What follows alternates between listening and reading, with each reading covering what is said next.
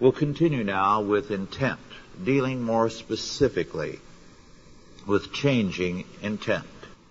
I called attention earlier to the fact that in the modern era, wars have become revolutions, and historians have given too little attention to this fact.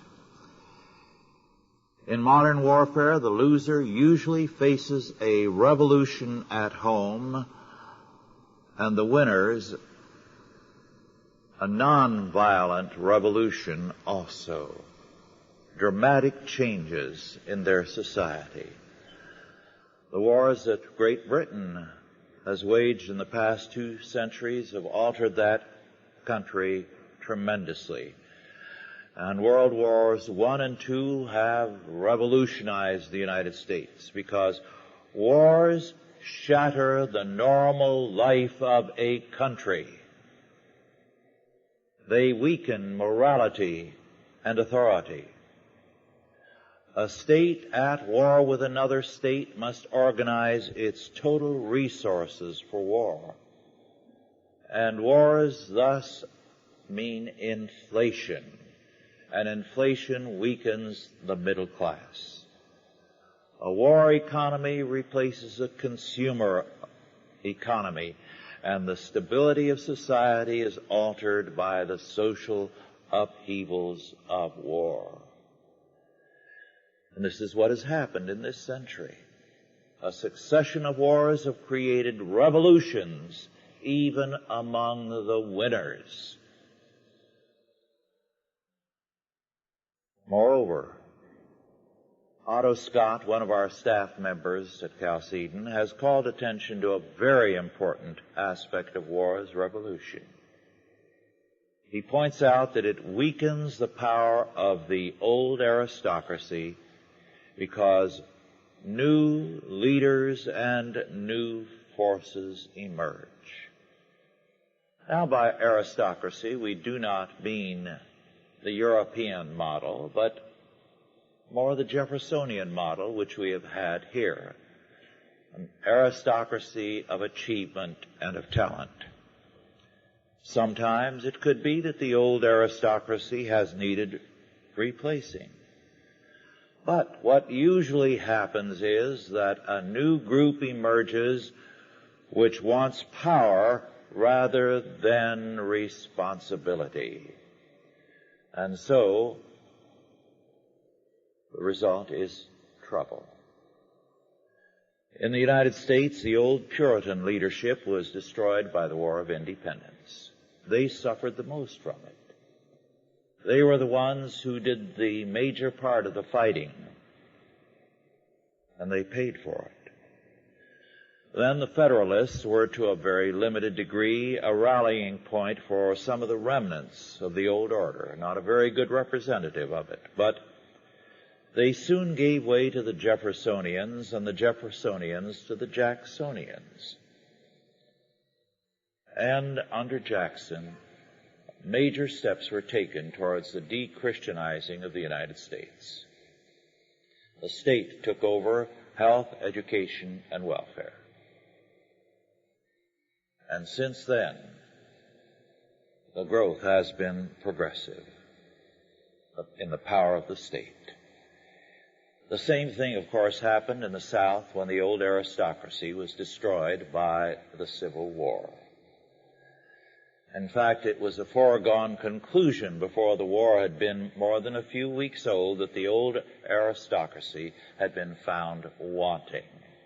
For example, in Georgia, when the draft law was passed, it exempted the officers of the state militias.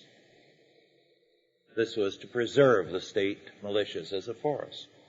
Well, the governor of Georgia, to take one state, immediately commissioned 10,000 sons of the aristocracy as second lieutenants.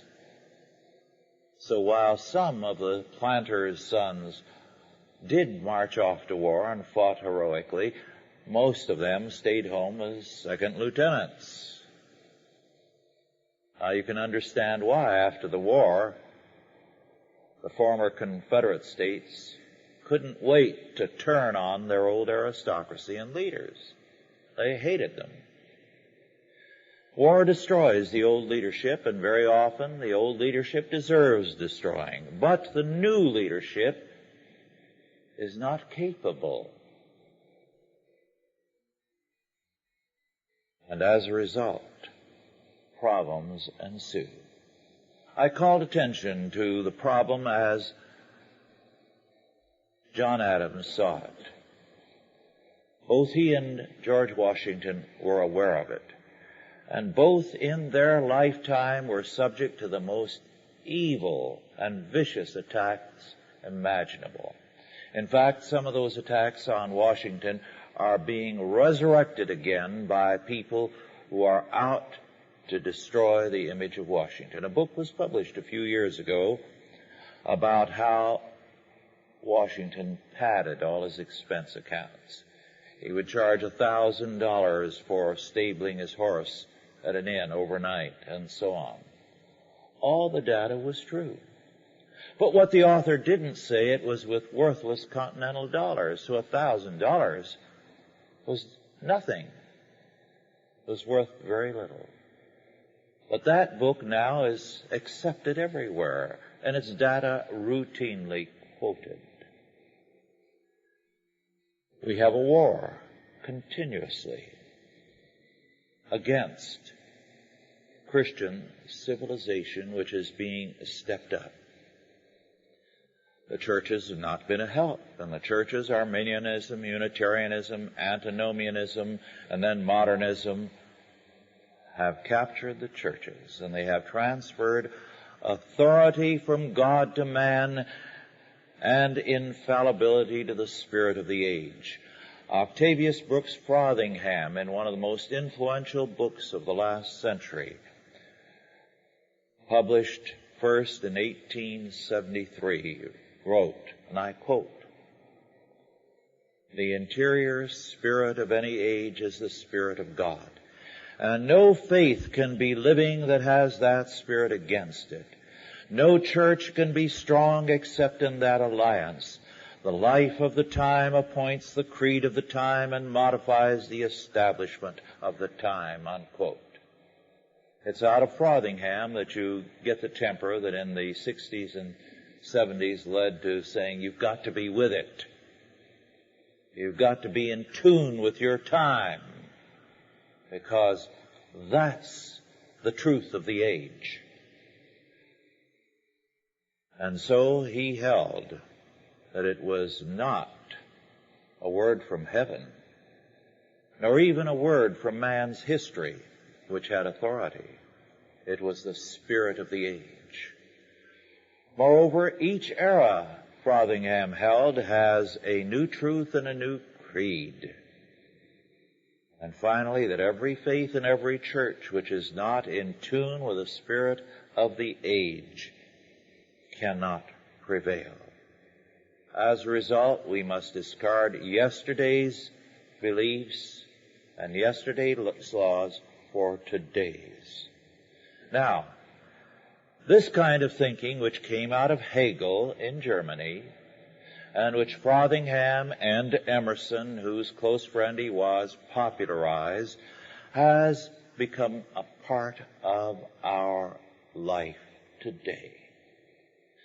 Thus, in one public school textbook after another that deals with values and value education, each person, we are told, each child, is to develop his own values out of his own thinking and out of his own tastes and in terms of the spirit of the age. Well, this has been applied not only to the Bible, which is reinterpreted to mean what men today want it to mean, but also to the Constitution. And so it is regularly reinterpreted with the spirit of the age. And law today means what people today want it to mean.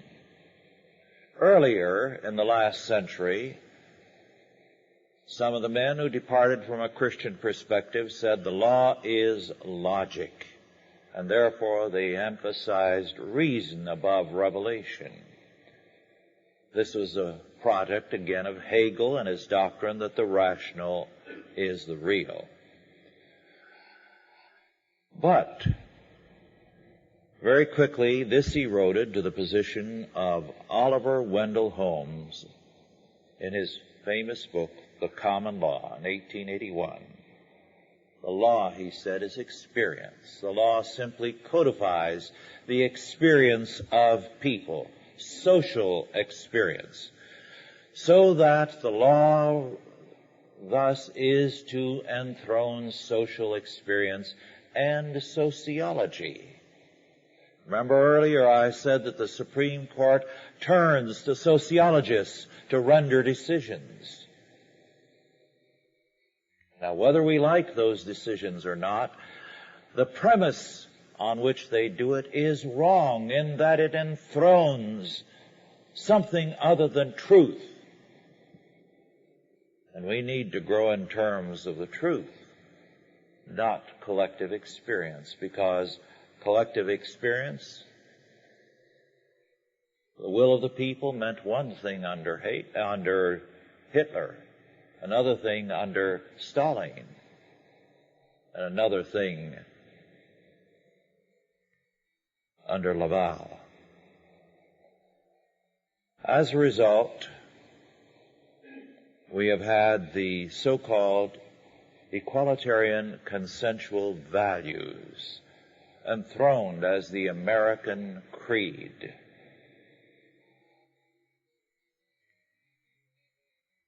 Legal humanism, as a result, has prevailed.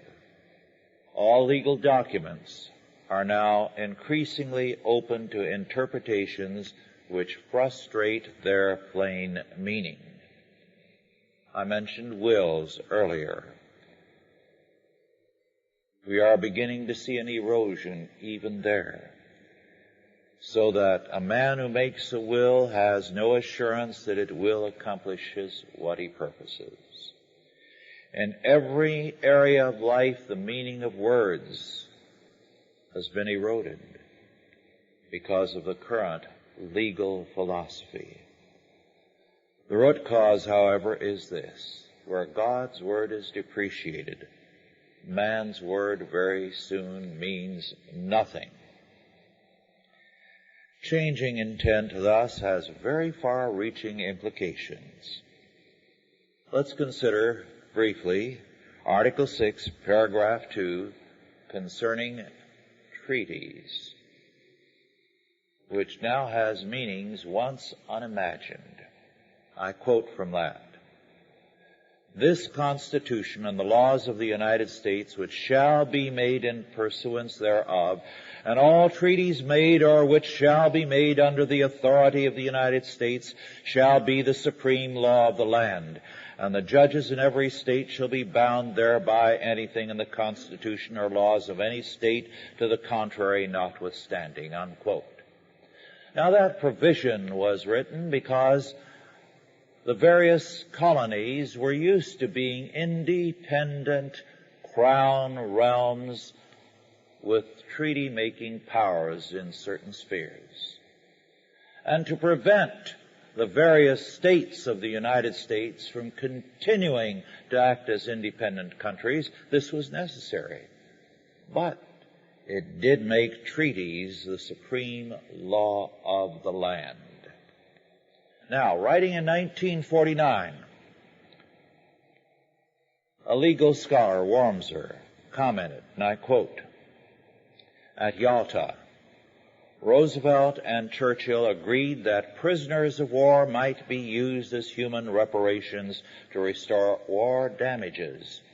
And there are still at this writing legions of war prisoners slaving in Russia. They died there in the slave camps. And hundreds of thousands slaved in France and in England for years. We have no enslaved prisoners ourselves. We read about human slavery in Russia and are aghast. Yet we have consented to that slavery in so many words, and we have done more than that. We have taken hundreds of thousands of German troops which we captured and turned them over to our allies, principally to the French, to permit their use as slaves. The New York Times quotes ex-President Hoover as saying that under the name of reparations, men are being seized and prisoners are being worked under conditions reminiscent of Roman slavery, and that so habituated to brutality have we become that this condition is tolerated with legal protest. When Russia demanded it, we seized throughout Central Europe Russians who had left that country during the revolution, and their children and their grandchildren, and sent them back, loaded them in boxcars at the point of a bayonet, and sent them back to be slave labor.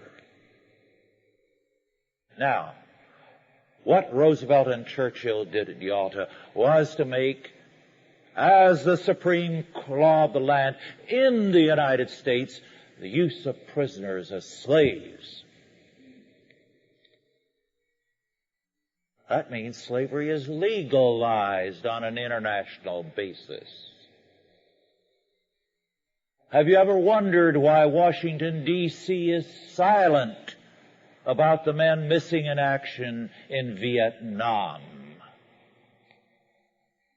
Is it related to this and to the fact that we have legalized slavery for prisoners of war? And we've given a very loose interpretation to it. Do you know that just recently, to pay for the Soviet troops in Mozambique, 18,000 Mozambican children ages 12 to 18 were shipped to the Eastern Bloc to be used as slave labor. And there are Vietnamese children and young people paying off the war cost who'll never see Vietnam. We have legalized slavery on an international level. And we must remember that the amendments to the Constitution, 13 through 15, prohibited the private ownership of slaves, not federal ownership. So slavery on an international level by civil governments has been legalized. Such slavery can now be introduced by due process of law and, I'm quoting, as a punishment for crime whereof the party shall have been duly convicted, unquote. We are in trouble. Moreover, at the same time, the doctrine of justice has been eroded by humanism and law. From God's justice as revealed in His law, men have turned first to natural law, laws inherent in nature. But because nature has fallen, such a doctrine is a false one. Moreover, Kant undermined the natural law doctrine and replaced it with human logic. And then Darwin also further undermined it. So now we are in trouble. At the beginning of the century, law was seen as comparable to the truths of Newtonian physics. But Newtonian physics has now been exploded. And so law today is what reason and experience tell us. Whose reason and experience? That of the elite. The concept is that of philosopher kings after Plato's pattern. And so today the democratic consensus is not what the majority believes. It's what the elite leaders tell us the majority would believe if they had any common sense. And so today, the concept of law, whether it is here or in the Marxist countries such as the Soviet Union, is not very different. It depends on an elite group. Roscoe Pound, one of the greatest of the humanist legal scholars, noted, but he didn't understand the reason for it, that law is disappearing, and I quote, because it is superseded by an omnicompetent administration, unquote. In other words, bureaucracies are replacing the courts because law is eroding and controls are increasing.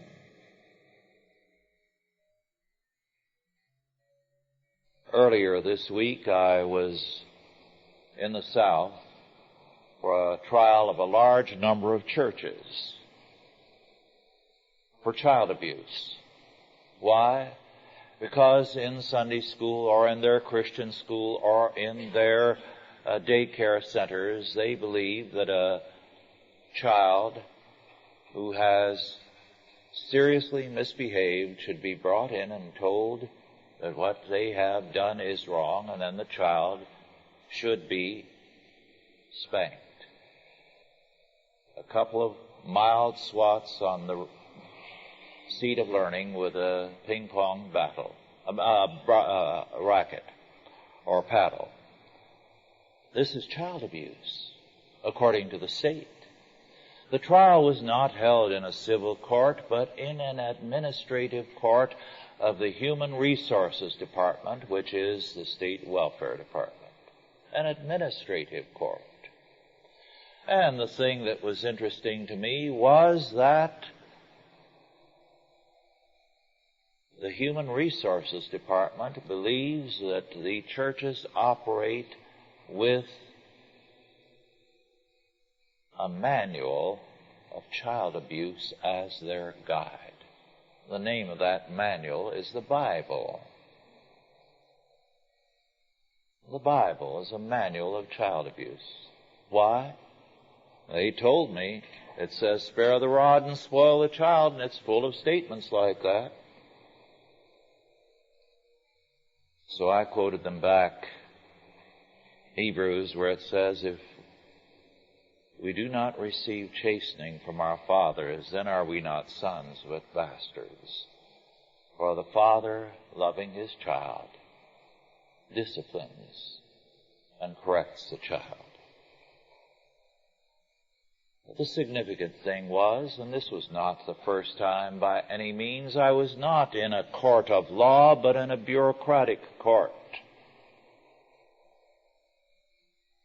I have been in civil courts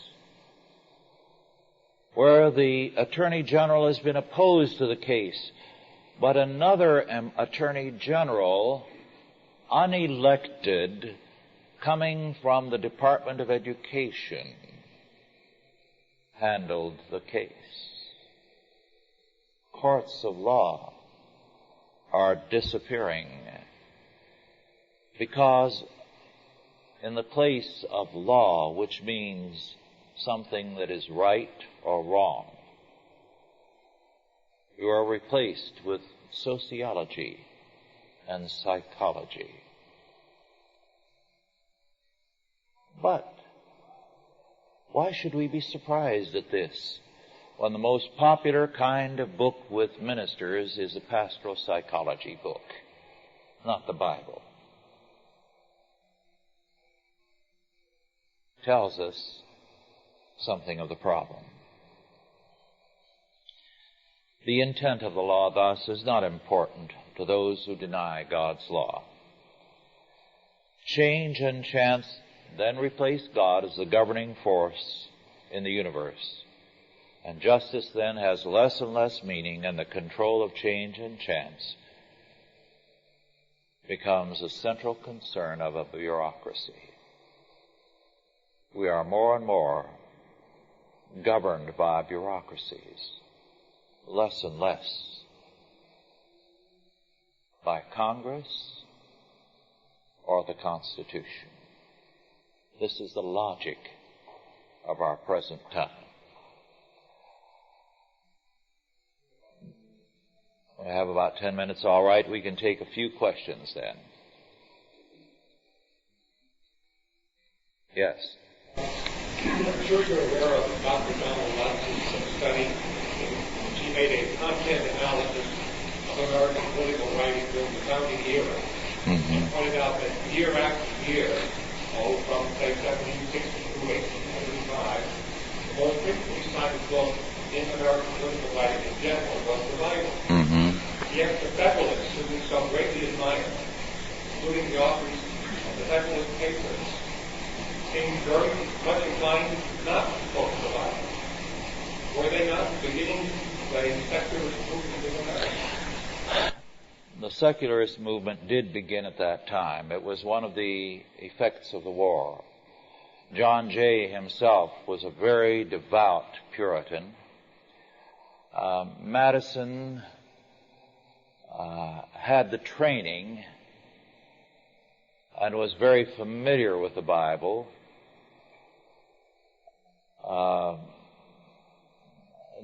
Hamilton became more and more Christian as time went on. The Federalist Papers do not quote the Bible much because they were aimed at a particular audience. They were farmers for whom they were written. Today, graduate students have problems reading them, which tells us what has happened to the level of learning in this country. So they were directed at a non-Puritan group.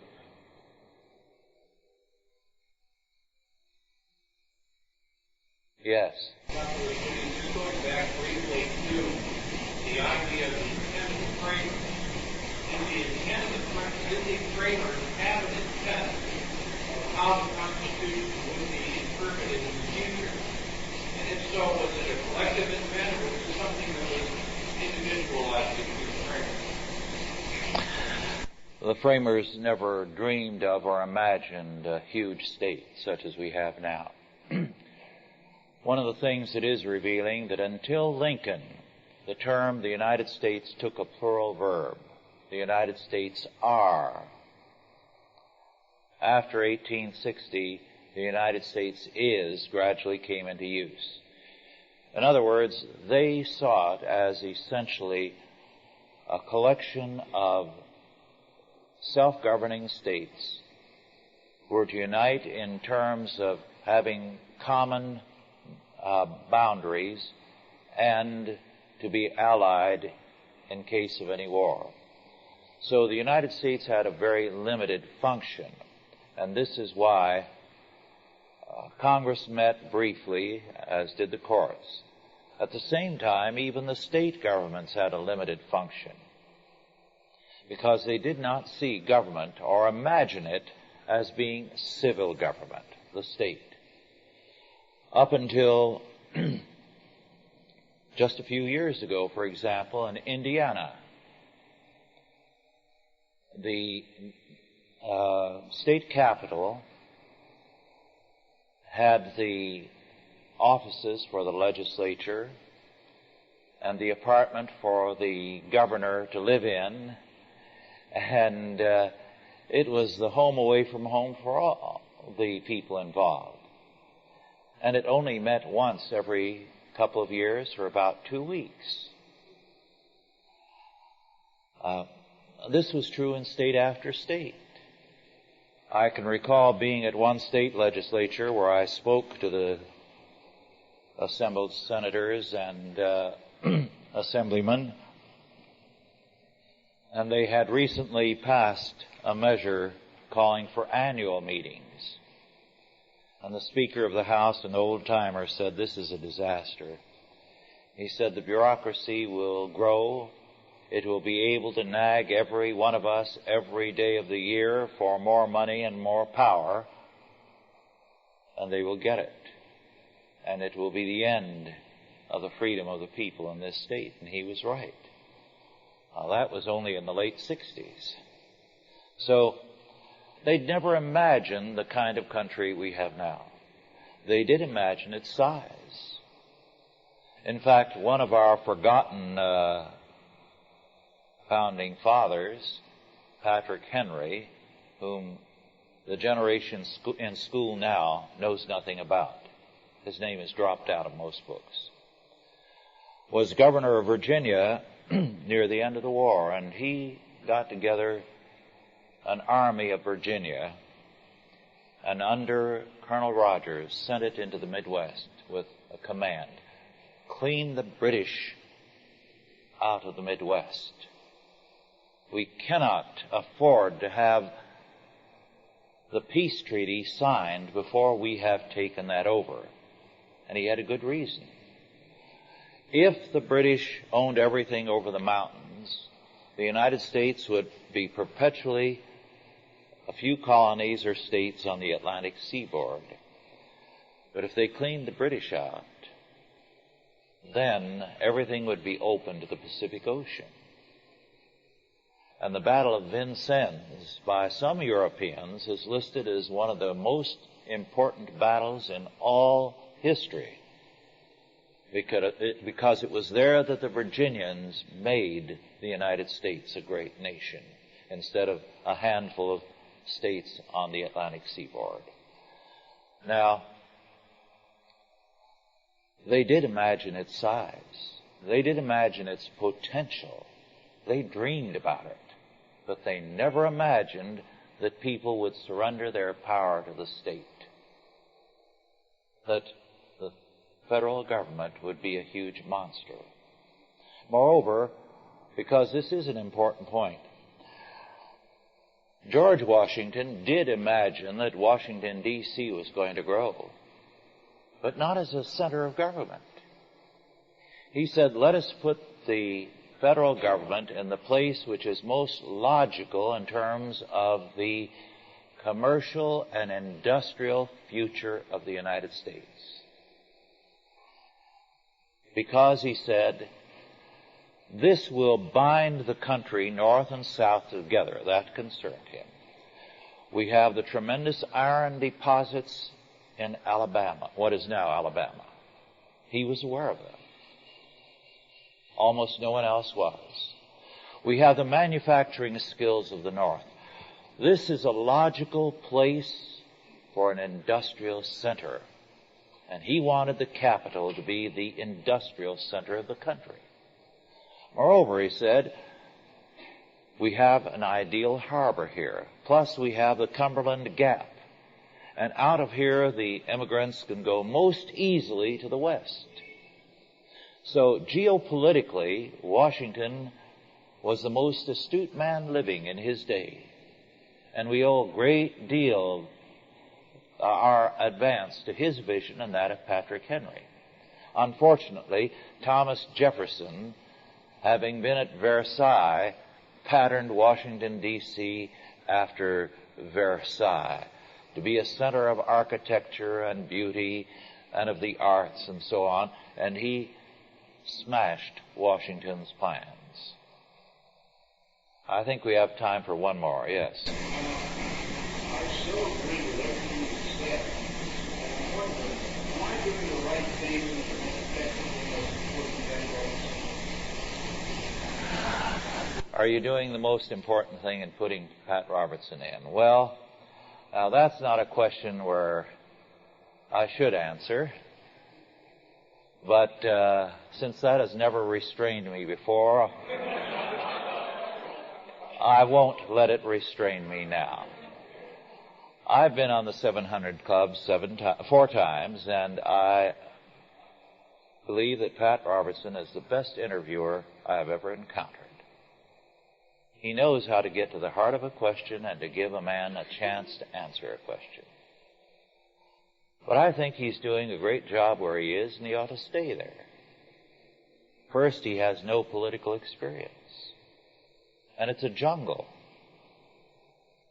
It takes years and years to get political expertise to know how to handle things. And it has to be not only on the state level, but the federal level. Second, to be successful in politics, you have to enjoy a fight. And if you're thin-skinned, you're a loser. The media and your opponents will be on you like a pack of wolves. And Pat Robertson is a sensitive person. That's not to his discredit. And as a sensitive person, he hurts when he's unfairly criticized. Then, third, Pat Robertson has made a terrible statement 3 or 4 times. He has been asked, what will your stand be as president with regard to the homosexuals and the abortionists? And he has said, as president, I will be a president of all the people rather than of the Christians only. Well, why are we electing a Christian if he's going to represent everybody except us? So, I think Pat Robertson can do a great deal of good for the future of the country where he is. I wish he'd go back there. Then let me add one thing more. I'll try to stop there. I believe the next president is going to be the most hated president in all American history. Because he's going to reap the havoc that has been wrought by presidents from the time I was born in 1916 and earlier. A policy that has led us down the garden path. We have now, to cite one thing alone, the huge overhang of debt. And every country in the world is on funny money and head over heels in debt. And the depression will be that occurred from 29 on until Roosevelt solved it, so-called, by creating a war economy, will be nothing compared to what's coming. It'll be the greatest disaster in all human history. I don't like to see anyone I like get the blame for that. That's why I was so glad when a very fine man who's a friend of mine, Lou Lehrman, dropped out and left Washington. Because Lou Lehrman is the smartest man we've ever seen in Washington in recent years. And he knew what the score was, and it wasn't anything he wanted any part of. Well, I think our time is up. Martin, do you want to take over if there are any announcements?